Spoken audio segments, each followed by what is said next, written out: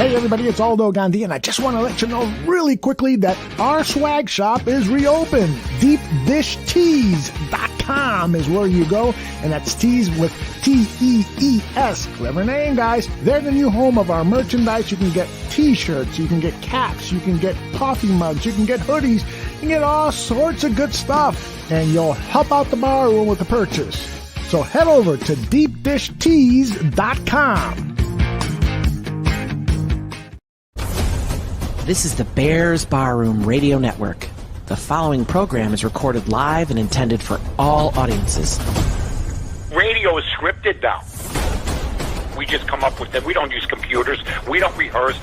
We're going to talk about this next. We're going to talk about them. We're going to talk about the Bulls. And then we're going to have Brad Bigson. And then we're going to have all this. No. If you don't know what you're going to talk about in the top of your head before a show, you shouldn't be in the business. I don't know what you got. I feel like Vince Vaughn in a couple's retreat. The Sharks are circling. Old school, baby.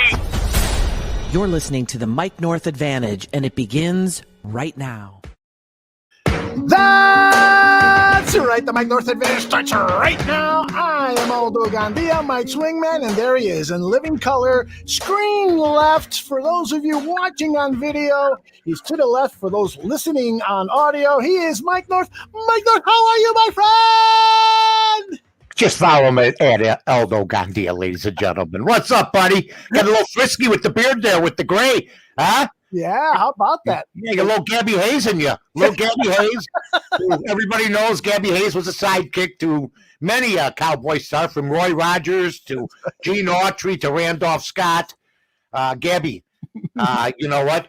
If you're named Gabby, there was a barber in the area, and his name was Gabby, and his moniker was, if you're shabby, go see Gabby. So, not too many Gabbies.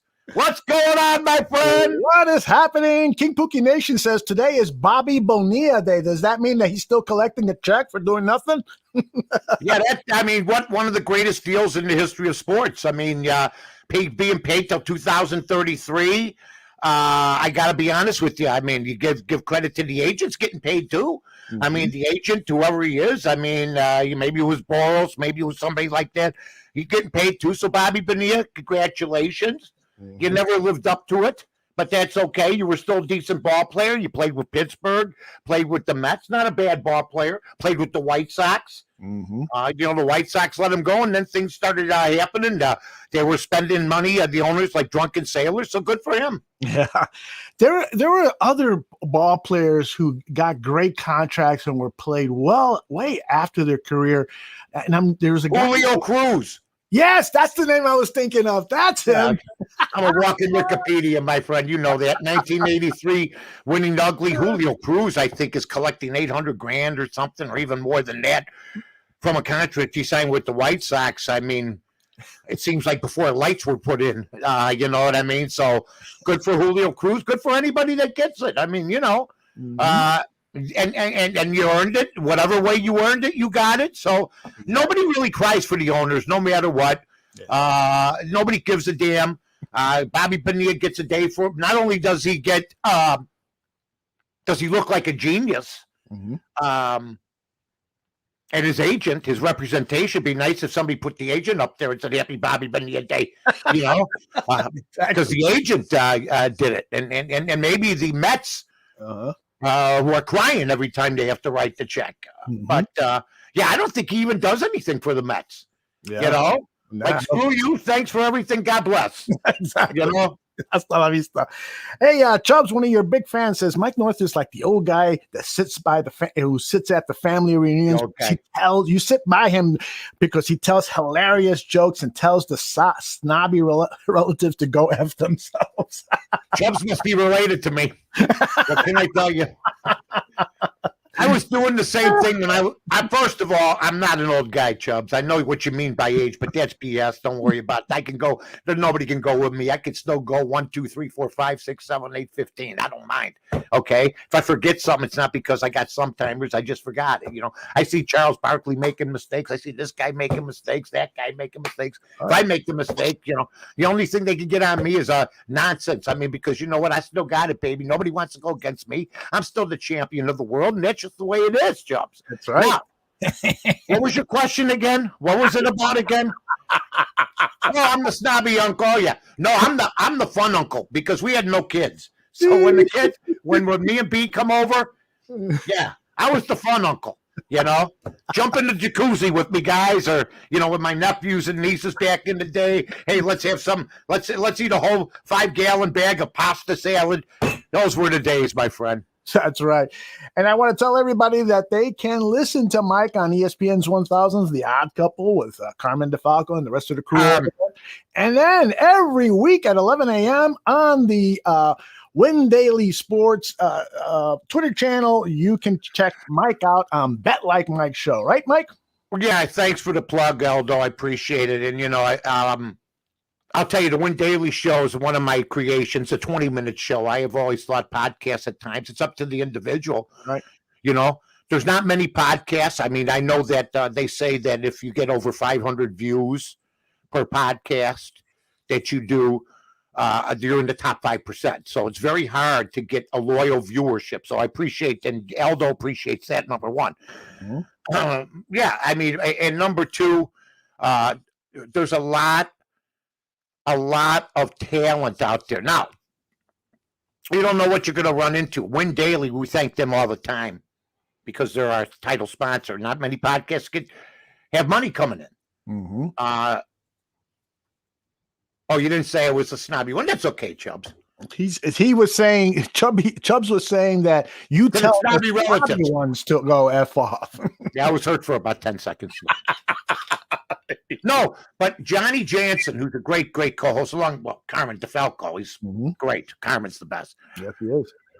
Along with all my people that I work alongside with, and including Aldo. John Jansen, I'll tell you what, I know I'm getting older. John Jansen's a pretty good talk show host. He does the show with me every day. So I'm talking about Wimbledon yesterday, okay? Right. And I'm telling them, man, when I was younger, it was Borg, McEnroe, Connors, you name it. I know they have Serena Williams now. America really hasn't been great at tennis. When we're praying that Coco Gauff gets to the next round, things got to get better, okay? But that's when they argued. That's when Connors went nose to nose with McEnroe at the nets, and I'm going to kick your ass. If you got a problem, let's go. They had more personality, more drama. McEnroe, you didn't even know if he was going to show up or not. Then he tells the ref and half his family to screw off during the match and everything else, And I said, you know what? It was also like a lot of rivalries. Goody two-shoes versus the bad guy, I'll give you a perfect example. I said Chris Evert versus Martina Navratilova. Mm-hmm. And I said, John, I'd love to see a Navratilova in her prime place, Serena Williams, because I happen to think she'd give Serena Williams a little bit of a ass-kicking, okay? Really an ass-kicking. I do. Well, I think it would be a great match. Mm-hmm. I think there's not many that could play with Serena as far as women are concerned. Mm-hmm. Chris Evert was a great tennis player, but when Martina showed up, it was a whole different ball game. Mm-hmm. But I'd like to see that. And he goes, he didn't know who Martina Navratilova was. That's what I did. I go, because I'm telling her, it was Miss America versus the communist black country. She comes and sneaks out of her communist country. She comes in, she's Martina Navratilova. I mean, she's got this build. She's quick like a cat. Right. This and that. She's playing basically Doris Day with a tennis racket, in Chris Evert. Say, que sera, whatever will be, the golden child of America. And he goes, "Who's Martina Navratilova?" I almost fell backwards in my seat. I know I'm getting older, but you got to know who Martina Navratilova is. Come on. Yeah, I mean, that's like not knowing Drago from the Rocky movies, you know. Right. Come on, you got to know Drago. Yes, exactly. Martina Hingis was pretty good, but she wasn't on roids or anything. She was like, you know, she was basically dwarfish when she played against some of those girls, even back then. You know, so I just was shocked by that. I go, "Oh, you son of a gun." That took me about 5 minutes to get myself composed. You got to know Martina Navratilova, Johnny. And by the way, we're on every day at 11 o'clock for more hijinks. Today we'll be on at 11 o'clock. Follow Win Daily at Win Daily Sports and follow WinDailySports.com. There you go. Absolutely. Those are musts. Every day. Come on. I had the Mets yesterday. How's that for everybody? I was 2-1 the day before. Yeah, I said, I think I like the Mets. They lost 20-2 yesterday, ladies and gentlemen. I like the quick death. Don't waste my time in losing the ninth inning. Just stop me. Make me bats in Goodfellas. Just put me in the trunk and stab me. You were still alive. Kill me before you throw me in the car. Mike, but I got to pay you another compliment because, yes. One more? One more, and then we'll talk. I love it. You came up with this idea of doing a 20-minute daily Twitter video, and it's just genius. It's just like when you talk to the people at the WXRT. Right. And Danny Lee, and you convinced him to do Chicago sports. Yes, I did. And other ideas that you've had over your time in Chicago here turned being a successful hot dog owner to a Hall of Fame iconic broadcaster in Chicago. So congratulations for that. Yeah. You just keep on trucking, brother. Well, we're going to talk about my Twitter handle after the show because we're going to make some changes. But if everybody notices, I'm in a much better mood. Because I've stopped the nonsensical debating on Twitter. And Aldo knows this. He's been following me forever. All I do now is handicapping, dog pictures, maybe some hot-looking babe, something like that. I mean, Bears Barroom stuff, Win Daily stuff, ESPN 1000 stuff. That's it. And I'm so happy. I don't have to put up with the nonsense, because I'm a talker. I'm not really a typer. I've had very much success, and I thank Twitter. I'm not one of these haters like other people are. Sometimes do I see some suspicious things going on with my Twitter handle and others? Yes, but that doesn't matter. I love Twitter. It's helped keep my great career, which I've had, alive. And people got to realize that if you take the good with the bad. Right. And you know what? Bears Barroom is so great. Aldo's so great. He is. He knows it. And if he wasn't, I wouldn't say it. He knows it. I throw around compliments like sewer covers. I mean, but Bears Barroom's been huge. All the guys that were part of it from the beginning, everybody. Yep. I don't care if you were here or you left. I love you all. Plus the listeners like Tooch and Harp and Heidi and Karen. Everybody. I mean, I know I'm gonna. All you guys. Can't list them all. Can't list them all, but you know what? I love you all. So here's a guy that deserves a shout out. Q from Cincy. He listens to any and everything that you put out. He loves you. He loved me, man. He used to listen to me on Fox. Yeah. Andy Furman and I in Cincinnati. I got to pick on that game at the end of the show today, the Cincinnati Padre game. So stick around, Q. He gets excited when I focus on Cincinnati because I'm basically the only guy probably in America that does that. Going throughout, focus on Cincinnati. Him and his buddy Andy Furman and my buddy. Chubbs has some good advice. He says, I regularly utilize the mute button on Twitter. Otherwise, I'll get kicked off again. It just drives you nuts, But,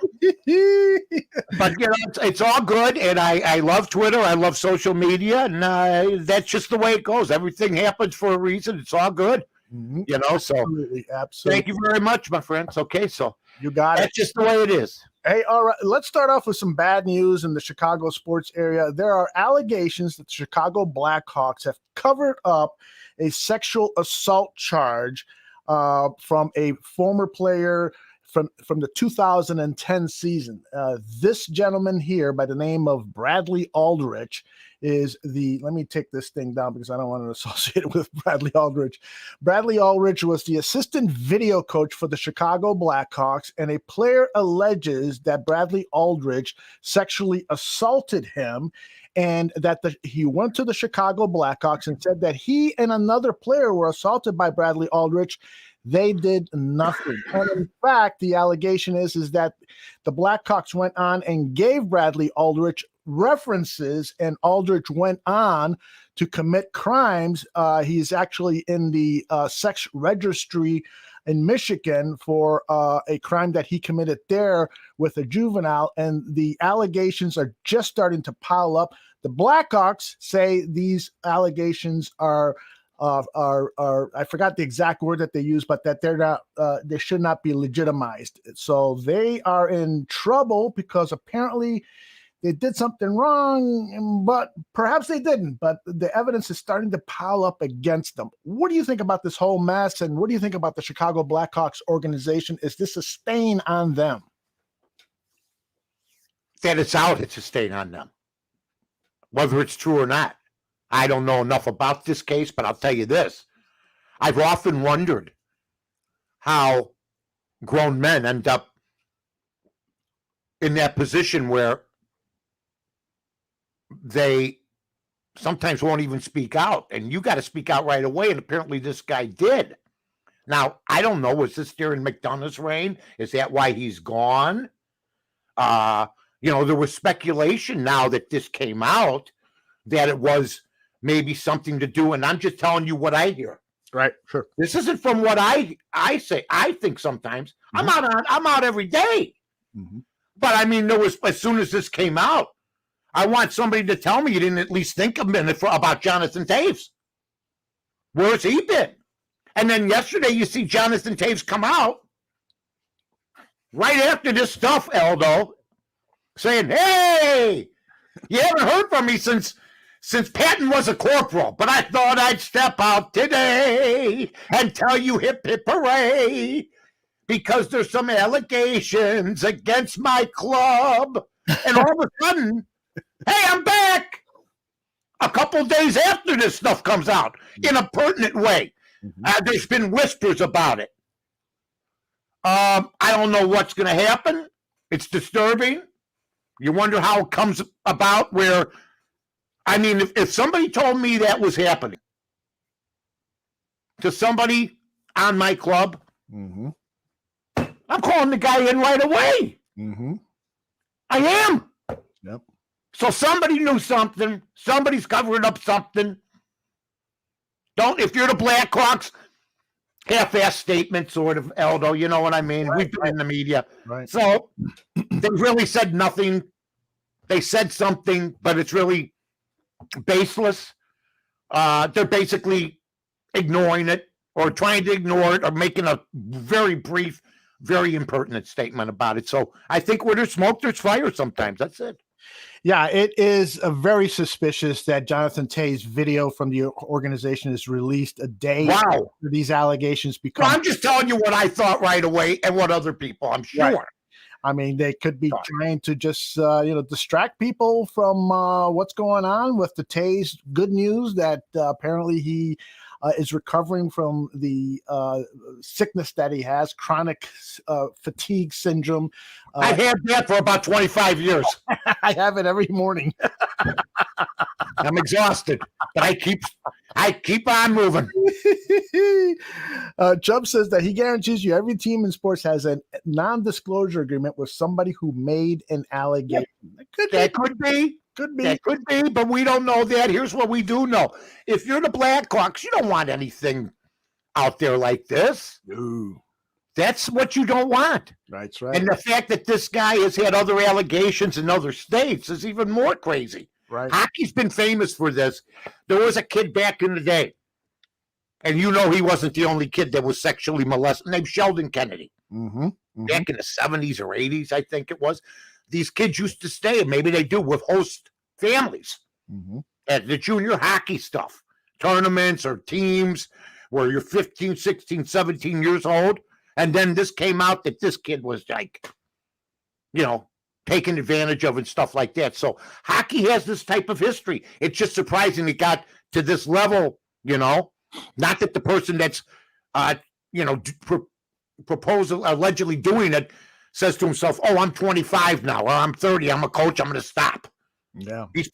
This happened way before the Blackhawks with this guy. Right. Sheldon Kennedy, according to Wikipedia, is known for going public as a victim of sexual abuse by coach Graham James in 1998. Graham rolled later across Canada to raise awareness and funds for sexual. I was on the air when that happened at WSCR. Oh, okay. And 95. I mean, but I thought it was way before that. That's the years pile up, folks. But I knew that. I mean, I'm a walking Wikipedia, folks. Sheldon Kennedy came right to mind. And Aldo and I don't discuss none of this stuff. No. Before the show, I knew right away. So they have a history of this stuff, but so do a lot of institutions, like the Catholic Church. I mean, the Boy Scouts of America.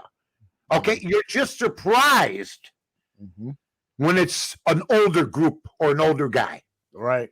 Well, and I mentioned this the other day, is that the Blackhawks have had a sterling reputation since Rocky Wirtz took over.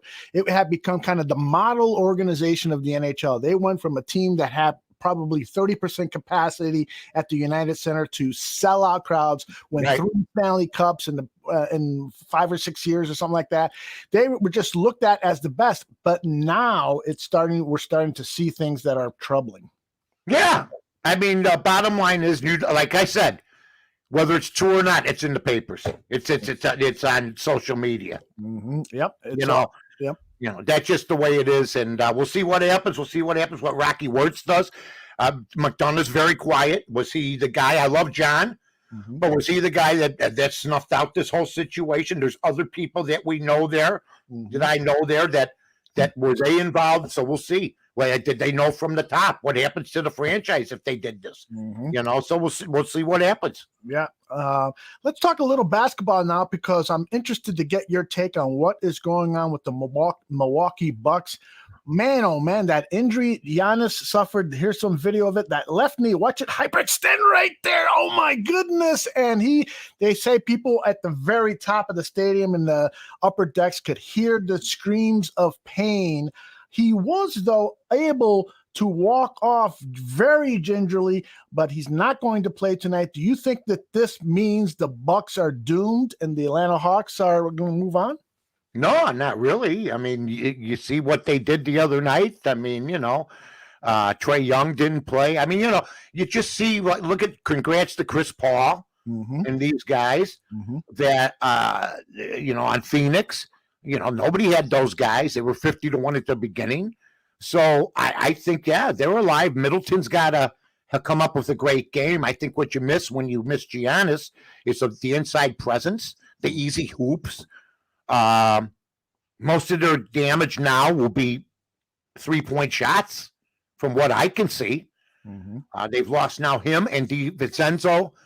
So I think it's going to be tough for him. I'm not betting the game. I don't want nothing to do with the game. I wish him nothing but the best.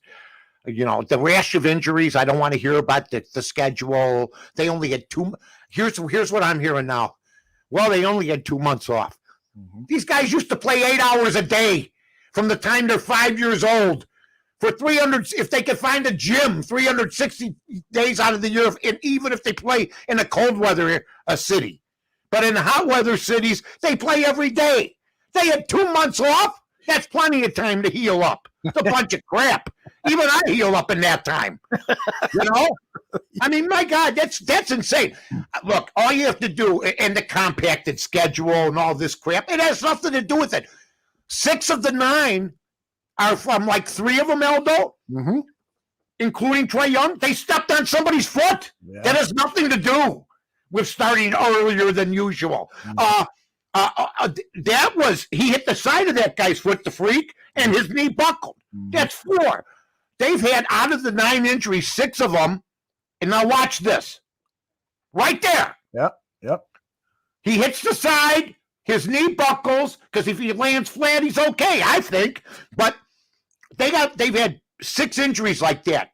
Bang knees, something like that, the knee buckling, or in 3 of them, including stepping on a ref's foot, Trey Young. So it's just a freak year. There's been 9 All-Stars hurt.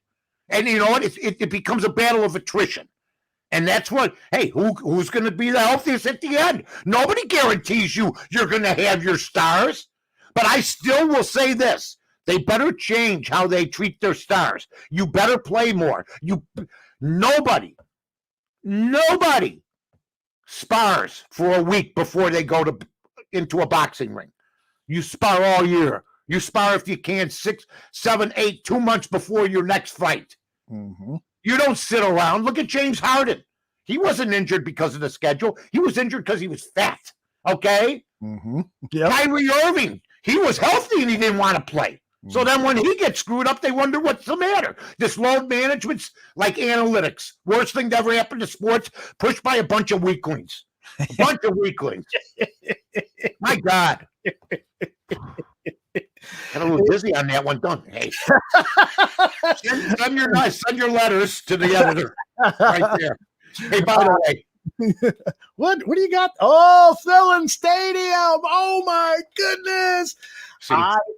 You played there, right? I played there for 2 years. Now, people, wait. I'm going to just explain this to everybody. Mm-hmm. Okay. It says here, Thillen Stadium, 1938 to 2005. I get it. I wish I had the money to spend to start Thillen's again as a little league unto itself. I played there in 1963, 1964. I was on the Cardinals. And with our project at Aldo Night coming up, I'll have a picture of me in a Cardinal uniform. Authentic. Mm-hmm. Mel Thillen's was the greatest. He had an A league, a B league, a C league. We tried out on a rainy day, a 9-year-old in the parking lot there on Kedzie. That's right. And Devon. I'll never forget it. Mm-hmm. And I did great. I ended up being in the C league first. Then if you improved, you went to the B league. You know, I only played 2 years, so I went from C League to B League, made the All-Star team twice. I mean, you played under the lights, your stands, refreshments. You could hear the guy going, Coke, you know, like you're a real ball player. Mm-hmm. Electric scoreboard. It was the best. If you folks get a chance, look it up around the country at the greatest little league that's ever been. And they used the authentic uniforms. I don't know how he got away with that. Yeah. And I met Nellie Fox there. I met Ernie Banks there. Mm-hmm. They showed up. Nellie Fox and Ernie Banks in uniform show up at Thillen's and are hitting balls. It was awesome. That is awesome. A salute to Mel Thillen's. His son is still with Goon Great, Mel Thillen's Jr. Wish he's still in the Little League. You are a Chicago guy through and through. Oh, yeah, baby. You brag about it all the time. I love Chicago. And partly because of that, Chubbs. Thillen's was Williamsport before Williamsport. Chubbs is wondering, you were wearing a Cardinals uniform? That's what team they put me on. What do you want me to do? At 9 years old, start negotiating? The hell's the matter with you? You got assigned to teams. You had all the coaches there, and there was a draft. I don't want to play for the Cardinals. 9-year-old Mike North holding out. The fiery second baseman says his glove is underrated, and he's not getting enough backing from ownership. The hell's going on over here? You had the Sox. You had the Cubs. We had the Sox, Cubs, Yankees, Phillies. I don't know. Cardinals. Kurt Flood and Mike North. Yeah. I'm nobody's pawn. Great little league. That is awesome. Oh, God. But yeah, you're right. Thillen Stadium is iconic. It is great. I'm surprised nobody's made a documentary on that. I think there's been stuff on Channel 11 and stuff, but if they ever do, I want to narrate it. Yeah, you're a guy. I saw the King in his court there. That was 4 guys, and he was a 12-inch softball. Played the top teams. 12-inch, fast, underhand. Yeah, I he beat pros. He beat pros. Yeah. It was unbelievable. Good stuff. Yeah, they say that, because there have been some female softball pitchers who have struck out. Queen in the court. Outstanding. Yeah. Albert Pujols struck out, and he was Willie Mays struck out. Johnny Bench. They were asked afterwards, and they said the timing is totally different. The ball's coming out from a different location. It's different. And I'd have to get used to it. I just can't go up there and get a hit right away. And you never hear, I mean, I watched the women play in college. You never hear about them moving the mound back. My God. I played 12-inch once, fast pitch. I played slow pitch, but I played fast pitch once. I went 1 for 3. I struck out the other 2 times, and the third time I hit a dribbler down the third base line because I swung as soon as the guy let go of the ball. Yeah. I mean, that's what you got to do. Yeah, really. King Pookie Nation is already talking football. He says, no way Justin Fields loses to Andy Dalton. And that is going to be the topic of discussion as soon as those guys report to camp in a few weeks. But I just wanted to ask you, the over-under on the Bears is right now 7.5 wins and losses. Wait, with Justin Fields on the team? With Justin Fields on the team. Why isn't it 14? Oh, boy. Do you think that number goes up if Aaron Rodgers chooses not to play with the Packers or sits out this season? It better. Yeah, exactly. But here's what I'm going to tell you. I saw Pro Football Focus. I don't know about. Well, I don't listen to a lot of sports radio. I listen to my show on The Odds Couple. If I have a winning week 6-7 times in one weekend, I just laugh and go, "I love this show." Or I'll listen to what me and Aldo are saying. I retweeted out the show. We got a ton of views. We don't care. But I'm here to tell you something. Aaron Rodgers is going to lose $30 million. And if I love how people think that's easy to part with. And I don't see the Packers saying, they say certain things. He's a different type of guy or this and that, but they're not being, really insulting.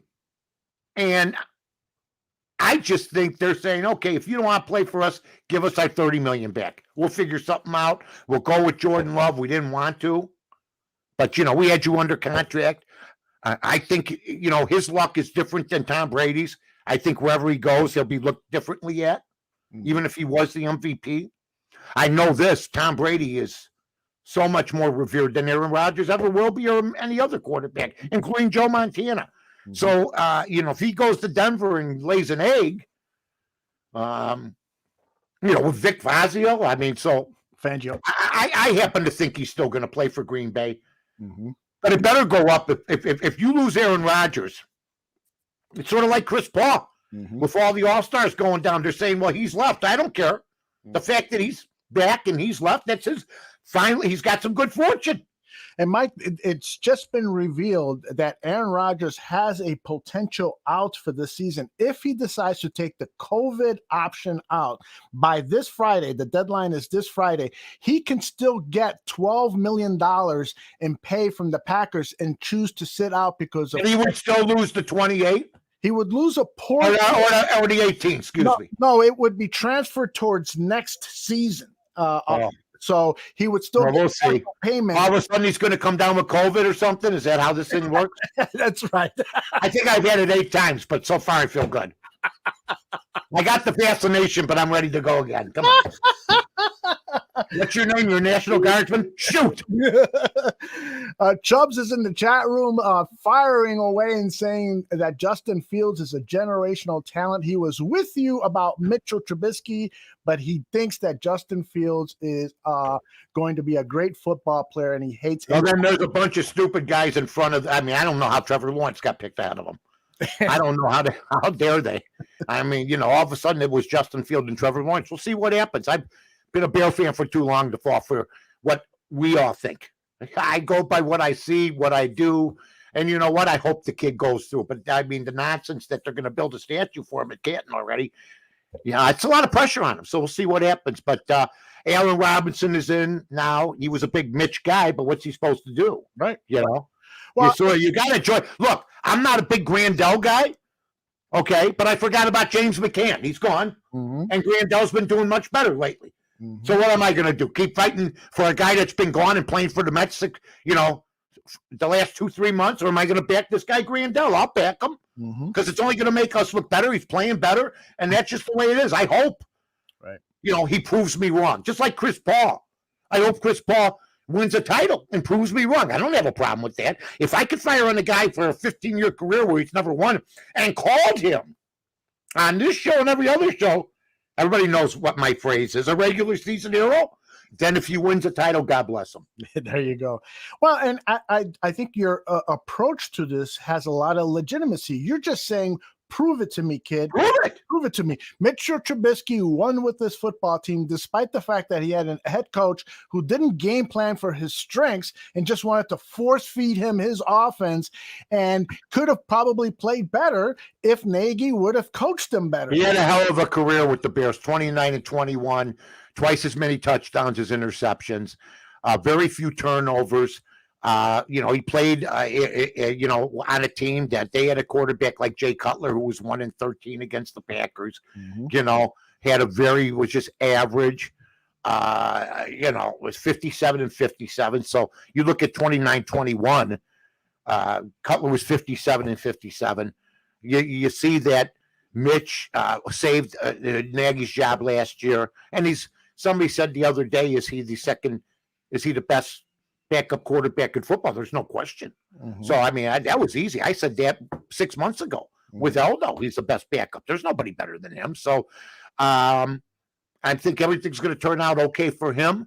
I just think that the people got to calm down. The same people that were all in on Foles and everybody else except Mitch, just calm down, because your credibility is no higher than anybody else's. Calm down on Justin Fields. Let's see what happens. Well, we all recall what the reaction in Chicago was when Jay Cutler was signed. Oh, come on. I was against it day one. I know you won't find this hard to believe. I said, you haven't been watching him. If Denver's letting go of a 26-year-old quarterback, okay, and they were at the time pretty good at picking quarterbacks. If they're letting go of a guy in his mid-20s with that kind of talent, something's wrong. And something was wrong. And I don't want to hear any pity party for Jay Cutler. He sucked on the Bears. He did. I don't care what his records are. I mean, this is the Bears. It's the defensive and running back team of all time. Which, by the way, Pro Football Focus had Khalil Mack at number 6. Yeah, as the best. Are they all of everybody? Brady, are you all out of your mind? There's no way he's a top 10 football player, Khalil Mack. None. Tell that story walking. Now, if you want to make him 11, go ahead. Last year I must have been watching a different game. Okay, he has good games and bad games, but he's not Otis Wilson. He's not Dick Butkus. Yep. He's not. I mean, come on. Hey, he had the 1 year. Let's go. Yeah. No. Khalil Mack is a great football player, but he's not a top 10 player. No, and he's losing steam. Come on, he's another year older from the double teams and everything else. Come on now. Let's get smart here. I was actually putting together a video as a tribute to John Facenda, who is finally making it to the Pro Football Hall of Fame. And, he wasn't around to talk it up. I know that. So he's been dead for a while. So, exactly. I mean, why? He should have been in a long time ago. His highlights were must-see TV back in the day. Absolutely. And so one clip that I found was Khalil Mack running during the introductions. This was his first season when he came to the Bears. He was great. And he was mic'd. And by the time he left the tunnel and got to the end of the run, you could hear him saying, "Oh boy, that's a long run." And to me, that says this guy, from a cardio standpoint, is not in great shape. He can go 10 yards and be dynamo, but by the end of the game, we saw him losing steam, and that was because his cardio was not. And I can say the same thing about Hakeem Hicks. Those guys, great football players, but by the end, sometimes they were kind of losing their power. 2016, 2018, that's an eternity ago in the NFL. So I hope he has a great year. I want the Bears to do well. I just don't believe all the crap I hear, and that's why I got off. I had enough. You can't even question if Justin Fields is going to be good or not. He's a no-brainer. No-brainer. Anybody, whoever uses the term a no-brainer, I don't use that a whole lot. That means that it's not going to happen. Chubbs is saying that he thinks Roquan Smith might be the defensive player of the year this year, and I think there's a chance of that. He is an outstanding. If he is, the Bears will make the playoffs. Yeah, but I think the defense is going to have a letdown. I don't think you lost Fuller, you lost some other people, and nobody's focusing. All we're focusing on is Justin Fields. I think the defense is going to continue with a defensive coordinator that's been with them for like 8-9 years, and they finally said, "Well, let's give him a chance." Yeah, I mean, the fact that he's been there and passed over more than a few times. Yeah. He's going to be more aggressive. Well, yeah, I don't want to see Hicks in the defensive secondary. Yeah, I don't want to see him pass coverage. Yeah. So we'll see what happens. Yeah, I'm with you. I'm a little old school on that. I don't like to see Khalil Mack when dropping into coverage. Those guys are designed to get the quarterback. They should be going. The thing about Khalil Mack is he still is a linebacker. Hicks isn't. Now, linebackers can't go back, but nobody's going to tell me. See, I always said this. Butkus could do both. Lawrence Taylor was not a gifted pass cover. He was not. He was a beast rushing the passer, like Khalil Mack. But when I think of defensive linebackers that pass cover, his name doesn't come up, you know.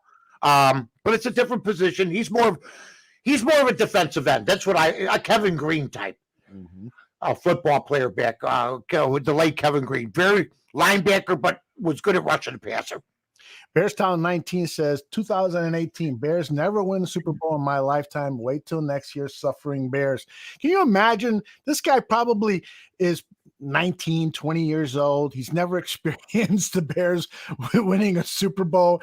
And you and I, we've been following this team since the 60s. Yeah. And we've got just one Super Bowl. Imagine our pain, Bearstown 19 show. Imagine our pain. You know what, though? I always loved them. I don't love them since free. I always loved them all. I did as a kid growing up, and I thought they'd win every game, and they'd be 1-13. Then I worked with Doug Buffon, you know, and I got to tell him in person, how could you only win one game? And they'd go, yeah, but we hurt a lot of people, little buddy. You know what I mean? It was all about, we love to see the Bears destroy people. Butkus, Buffon, you know. I mean, great, Dick Evey, the defensive tackle, OB. I mean, monsters, just animals. But we lose. The 70s were dark. That's the darkest period. 70. I mean, in 65, you had Rudy Bukic, Gale Sayers, Dick Butkus, Dick Gordon. God, I'm on my game to this off memory, folks. Think about that. So 60s were pretty good. We won the championship in 63. Sayers we had, Butkus in 65. So Rudy Bukic led the league in passing. 70s were brutal. 70s were just horrendous. You know, when you're hoping Cyril Pinder gains 50 yards on the ground, you're in big trouble. Then the guy ended up getting a gig at ABC at WLS TV. Cyril Pinder had his own sportscast. Like he was Mark Giangreco. Cyril Pinder. Q from Cincy says, at least you all won. My Bengals been dark since 88. Yeah. There's a lot of teams out there that have suffered even more than the Bears. You had Chris Collinsworth, Kenny Anderson. I mean, yeah, you know, nice teams, not bad teams. Bill Burr. I mean, there was some great. I mean, I knew all the players. You know, I think Singletary wasn't that great in coverage as Bears Towns. Yeah, I knew Urlacher was. Yes. Urlacher wasn't great at reading the play, but he could hunt you down. Yeah. Singletary, I don't think was a great pass cover. Totally agree with you. Totally. Yeah, I think he, you know, Marshall and Otis were better. I remember Otis Wilson's first year. He couldn't cover me. I went to watch him practice. They were very critical of him at the beginning. You can ask Otis. Then he just blossomed, you know.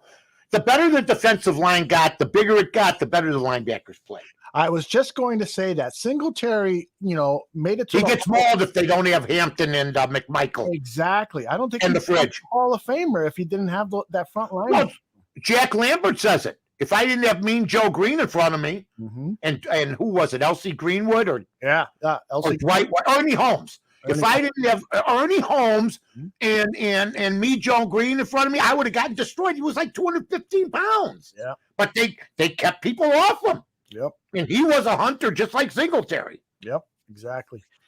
All right, I want to talk a little bit about the White Sox and Josh Donaldson and Lucas Giolito. I've got a little audio video from this controversy, and just to set it up, Josh Donaldson hits a home run off of Lucas Giolito. When he crosses home plate, you hear him say something about no sticky stuff. It's in this video. This clip is about 30 seconds long. Ripped to left field, hit well, and back and gone. Home run after that, and here, once again, he's a pest. That's kind of a classless move. If you're going to talk to my face. If we're going to talk about class, what side are you going to choose? Are you going to take the side of someone who's playing the game fair, or are you going to take the side of somebody that was probably cheating before this happened? What do you say about this little controversy? I think Donaldson is using social media very well. I think there's people that disagree with him, people that do agree with him. Okay? But I will also say this. Giolito, Donaldson made him look small from what I read today. I guess they met up after the game. Mm-hmm. Giolito had nothing to say, according to Donaldson. So, Donaldson, it looks like he's a badass to me. And he doesn't give a shit. Yeah. Use the language. So, and he took on Ozzy, which is fun. Folks, believe me, take it from me. It's always a fun listen. And Ozzy came back at him. And I got 3 rings and good. I think it's good for baseball. I have no problem with it, just like I had no problem when Ozzy called me and we went back and forth. Mm-hmm. But Donaldson's a lot like me. He don't take no shit from anybody. That is so true. This is really good for baseball. I love it. Sometimes baseball can. And I love Ozzy, by the way. You've heard me say this no matter what. Mm-hmm. Ozzy may get a red ass. I think Ozzy, he came back at Donaldson with some good points, mm-hmm. I'd say this to Donaldson. I enjoy the back and forth. But what have you done? Where's your team? I'm glad I like Josh Donaldson. If the Sox picked him up tomorrow, I'd be thrilled. Mm-hmm. But he's not getting it done. I mean, the Twins ain't getting it done. So it's just good fun. It's good stuff. And I just added pepper when you fire on Ozzy. Yeah. Because Ozzy's going to come back. Oh, I love it. Know it. I would love to see those on Zoom. Like with me and Ozzy going at it was better. I like to see Ozzy on him and Zoom at the same time. That would be fun. The only problem that I have with Josh is that he is making these allegations against Lucas cheating without there being any proof. Now, he did, to his benefit, he did say that the spin rate on Lucas Giolito's balls has decreased substantially. Oh, yeah. The league started to crack down. So you could say that's evidence, but they're doing that with a lot of guys. Walker Buehler, mm-hmm. Trevor Bauer, a lot of guys. Garrett Cole, a lot of big guy. And there's people that don't like fixing the game in any way. Mm-hmm. Was he on the Houston Astros when they fixed the World Series? I'm trying to. Can you look at that? Yeah, let me I look. think he might have been on Houston before he left. Wow, that would be something. I don't think he was. I'm thinking because you know what? He's a third baseman. I think he was Houston. Maybe he was never on you because they got Bergman. Yeah, or Bregman. Let me see what his career are. No, never with Houston. He started with Brooklyn, Toronto, Atlanta, and then Minnesota. Yeah, so he's been on a lot of teams, and I think he's better than that. He shouldn't, but the bottom line is they wear batting gloves. He was wearing batting gloves. Mm-hmm. They got pine tar. Mm-hmm. And that's where we got this whole rub. I would decree as commissioner tomorrow. No more batting gloves. Mm-hmm. Yep. Like Mark Grace.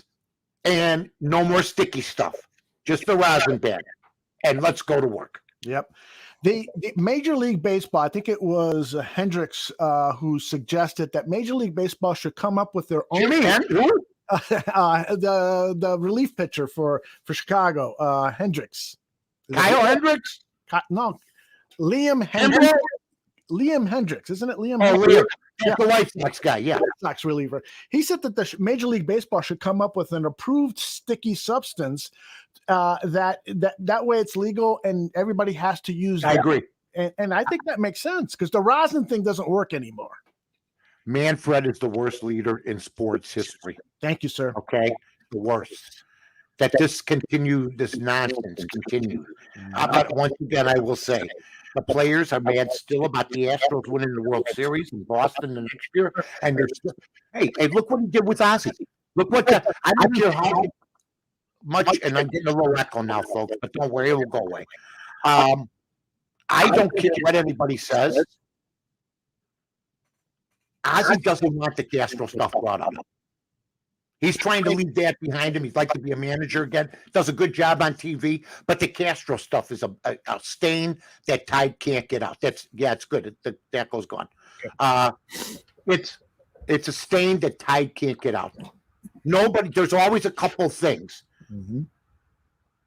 that's on your resume you never want brought up, and that for him is, hey, he's a Fidel Castro fan, and that's a thing that he's had trouble overcoming, and I'm sure that's the one thing that probably pissed him off more than anything. Absolutely. You can hear me, right? Yeah. Okay, good. I totally agree with that. And I want to get back to your point that this is really good for baseball. We need it was these good for me when I argued with Ozzy. It's good stuff, man. Ozzy's an entertainer. Remind people of what that whole thing was between you and Osby when you were back at the Score Sports Radio. What happened? Oh, well, Ozzy was going to play Toby Hall back off the DL instead of A.J. Pierzynski in an important series against the Cubs. I said, no, don't do that. And he got mad about it, called up. We had a mini jailhouse riot, and then it was over. But I was right about that. And, I'd like to see Ozzy maybe one night on his wonderful show with Frank Thomas. Oh, God, I love those two guys. I'm sure they'd love to see me again.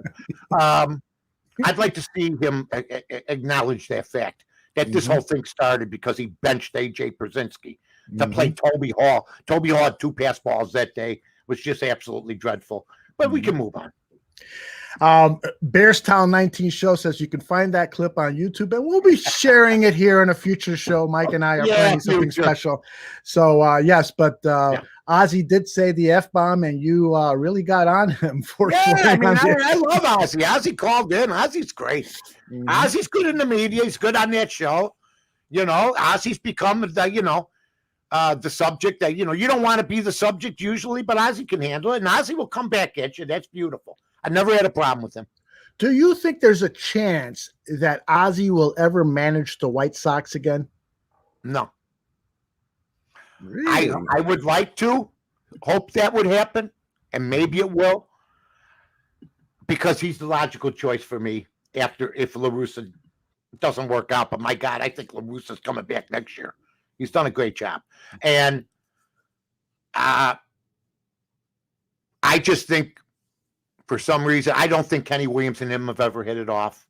They could say they're friends now, but there was a lot of stuff thrown around. And I know some of those people over there are very thin-skinned. Believe me, folks, they're thin-skinned over there. And at times, not every one of them, but some of them.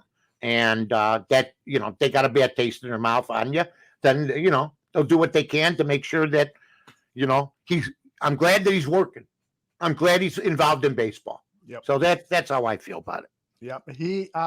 Ozzy has become a broadcasting icon now with Chicago. His opinions, his style of delivery, and so forth. He's really become a special part of. I would love they should have me and him on one night. Oh my gosh! Yes, please. But I don't know if they really want to do even better ratings than they do already. Maybe that would be must see TV just for the fun of being with Ozzy again, talking to a guy that I respect. The guy won the World Series, man. No, and he should manage again. The Castro thing, that wasn't good. He had it was very short. What happened? He didn't last long in Miami, but I'd like to see him. I mean, there's managers that get 5-6 different chances, so I'd like to see it. Yep. All right, everybody is waiting. They're on the seat of their pants for. Just keep in mind, I had the Mets yesterday. They lost by 18 runs. Okay. I like that for being cocky. Yeah. All right, Mike. Anyway. Mike North, these picks are brought to you by WinDailySports.com and at WinDailySports on Twitter. Make sure you give them a follow and visit that website, WinDailySports.com. They can really make your dreams a reality. Mike, it's all yours. All right, Cincinnati's playing San Diego today. Cincinnati's got Castillo, their favorite, I believe. Let me just check out the black box here. Ooh, Okay. I love this black box. Well, who doesn't love a black box? It's the best. MLB odds. Here we go. Thank you. The box is of black variety, and it's a wonderful black box. Right now, it's San Diego plus 105 against. We won last week. Take Cincinnati today.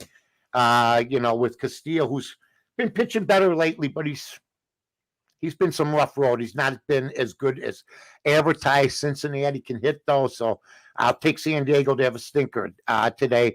Take the Cincinnati Reds. Aldo, back to you, my friend. And by the way, bet some golf, have some fun. Yeah, since he was very happy about you picking the Reds. But he also wanted to know about this weekend's golf tournament. What is it? The tournament is called the Rocket Mortgage Classic. Yeah, Rocket Mortgage. I don't know who's playing in it. Just look at Twitter. I'll come up with something. I had a last week. Harris English played a great tournament, 7 extra holes, overtime holes. Hickok did good as a young kid. Golf is at its epicenter right now. Betting on golf is fun. I won with John Rahm the week before. $1,100 on every 100. So, you're going to have your ups and downs with golf. Stick with it because you know what? You may be cold for a month and then you hit on a hot golfer and stuff like that. But not everybody's playing in the Rocket Mortgage. I'll be honest, I didn't look at the board yet. And they've been playing. Today they're playing. They started already. So take a look at maybe I'll tweet something out on North to North tomorrow. Yeah, because I love betting who could possibly end up in the top 10 as opposed to picking because the field. You did good. You had Roy Uthausen now. Didn't he collapse at the end? Yes, the moron hit the ball in the damn thing. What's happening with that guy? Hit it in the creek. I don't know. He was going to win the whole thing. It was. But see, he always does that to himself. Yeah. He does that. That's why he hasn't won a major in a long time. I saw him a couple weeks ago miss like 3 5-foot putts. Yeah. But I got a good gambling story on golf. Oh, cool. I went 2 and 3 Sunday. But one of my wins, see, last night I was going to bet the Clippers. I decided I'm too tired to even dial the phone. Okay? I'm just going to enjoy it. I don't want to go through the stress. And I didn't bet them, and they got killed. And by the way, Paul George, that legacy crap, he had a crap game, okay? He was a minus 27. He's a regular season hero, like I've always said, okay? But I didn't bet the game, and they got killed. Sometimes the bet you don't make is a winning bet. Because I would be down today because I would have taken the Clippers. And they just absolutely underperformed. So, keep it. The basketball's been tough. Hockey's been non-existent, I got to tell you, Mike, I totally agree with you. I, too, was going to bet on the Clippers last night, and I didn't get around to no, I didn't believe in them. Yeah, and so, wow. We'll see. The NBA Finals is going to be an interesting one because it doesn't appear there's going to be a major market team in the NBA. You think the NBA gives a crap about that stuff? Do you think they want marquee? I like it. I like not having that piece of that. Never mind. I like not having LeBron, Anthony Davis. I don't give a damn if those guys are on the court. I like the survivor mode that these teams are in right now. Right. And now Chris Paul may win it because everybody's getting out of his way. There's no major stars. No Kawhi Leonard. No Giannis. I mean, think about all the guys that have gone down. No Harden. No Durant. I mean, all these guys are gone. There's Chris Paul. But Devin Booker is still the guy. I know Chris Paul played a great game. He's getting shots that he wouldn't normally get. Thank God. And Devin Booker is that nice little decoy. By the way, Scottie Pippen, really, come on. Are you serious, man? Oh, we have to talk about that. Yes. Yeah. What do you think about Scottie Pippen alleging that Phil Jackson, his move to put Tony Kukoc into the game and take that final shot in that playoff game was a ratio move? What do you think? He went skin color on a play in a basketball game. I can't believe this guy, but then I can. because I was always against him. And I remember my friend Gene McCaffrey from Electric Avenue, Montgomery Ward. I was a big-time endorser for him. He got me and Scotty together. He wanted us to patch it up. I said, I can't patch it up. I don't like the guy. Scotty didn't like me either. And we still don't like each other. But to put race and Phil Jackson, now I'll tell a June Jackson story. I think it was Howard Sudbury with me at the first celebrity three-point shootout, which I won. And right before we went on, we were by the snack bar by one of the gates. I think it was Sudbury and I think Rick Tellender was with me. I'm not sure. And this woman comes up to me. She goes, "Are you Mike North?" I go, "Yeah." I just wanted to tell you, I think you're a racist. You know who it was? She goes, "My name's June Jackson." I go, "Why am I a racist?" "Well, you criticize my husband." I go, "And your husband's not, he's white." She goes, "And you criticize his moves on the basketball team. The pertinent players are black. What do you want me to do?" Honest to God. I think Sudbury was the guy that was there. We just looked at each other and she walked away. So I don't know if there's anything to it. I do know this. If you are white and live in Utah, you're probably considered right-wing, red state GOP, right? And that's the way it is. People don't want to play there. A lot of people, we've heard about that, stuff like that. The black population is minuscule in Utah. But if you live in Montana, you're an environmentalist, but there's no blacks out there. And Phil Jackson's main home. So we could all put this stuff together and have fun with it. But there's no way. Tony Kukoc got picked because, and he bailed Scotty out. And now you hear Scotty say they're friends. Now, not then. And Kukoc, if you don't hit that shot, Aldo, Pippen, I think, is gone. I think he's gone. And the whole thing about that bothers me because that's how a bigot thinks. Hey, he fat-shamed Jerry Krause. They mocked him incessantly about his height, his weight. So if they want to talk about bigotry, I got plenty for Scottie Pippen and other things any day of the week. So I think he's just a bad guy. I mean, you're promoting a bourbon at the expense of, and then you're calling Michael Jordan selfish. Good. I loved Michael when he was selfish. And he passed the ball to Paxson and Kerr in two different instances instead of you, pal. And you know why? He wanted the shot made, period. Even Jackson said, pass the ball. He didn't say pass it.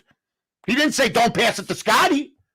Michael knew who the shooters on those teams were. Scottie Pippen wasn't a last. Look at all his last second shots. They're either dunks or might be a couple 15-footers. But look at Scottie Pippen isn't filled with last second shots. It wasn't his job. He was a shadow. But he's had a tough year. He's divorced. He's lost his son. So I'm willing to cut him some slack. But come on, you're endorsing bourbon. And you went through all this stuff. So I've never been a fan. I think he was very fortunate to have Michael Jordan as a teammate. I think Krause engineered the greatest trade maybe in history, Holden Polonese and Jackson.